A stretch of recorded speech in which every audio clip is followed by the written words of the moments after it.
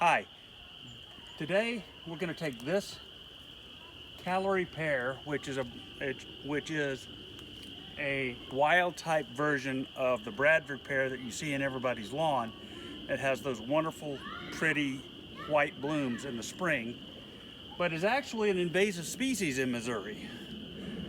You can cut them down, they will come back, but I've had really good luck with converting them into fruit-producing pear trees.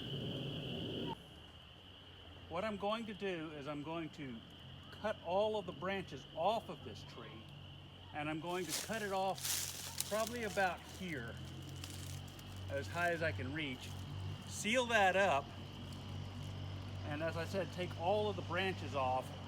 That will allow this trunk to produce a lot of new shoots. Next year, in the springtime, I'll graft fruit-producing scion wood onto those shoots to turn this tree into a fruit-producing tree.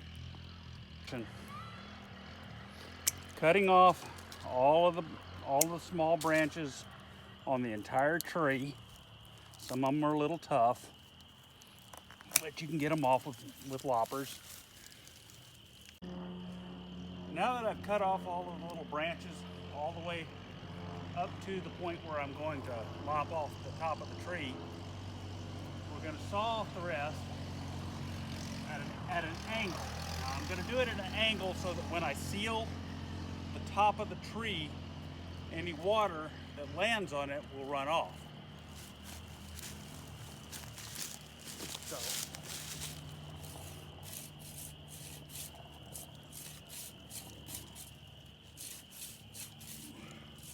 it's a little harder to do because the tree's a little limber, so it's hard to saw.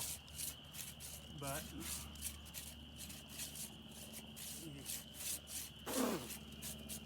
get sawdust in your mouth. There we go. So what you've got now, basically, we've cut off all the reproductive parts of the tree, or that are currently reproductive parts of the tree, and we'll trash that later. We'll throw that in the mulch pile. But that effectively neuters this tree so that it can't produce any more of these invasive species. I'm going to seal the wound on that tree with this wound compound.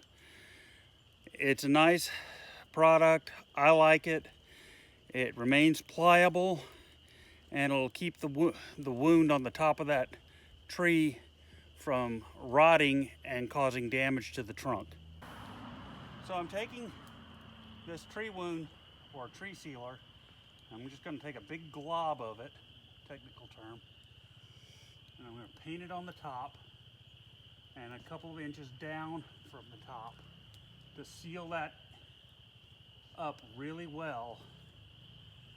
That'll keep the top of the tree from rotting and allow all those branches that I'm going to need for later grafting to develop.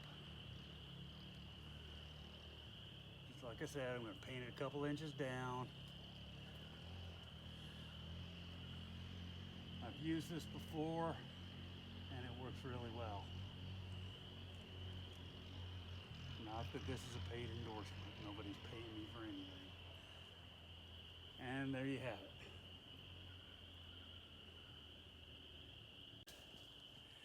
So to recap, what we've done is we've cut off all of the limbs from this Callery pear tree, also known as a wild type Bradford pear. We cut off all the limbs. We cut off the top of it at an angle so that it will shed water, and we've sealed it with this sticky, pliable tree wound seal. I'll be back in a couple of months around the middle of summer, and we'll see how this tree is progressing. I expect it'll probably have a whole bunch of little shoots coming off all over the trunk, and I'll be able to pick however many of those I want to keep for next year to graft fruit producing scion wood onto.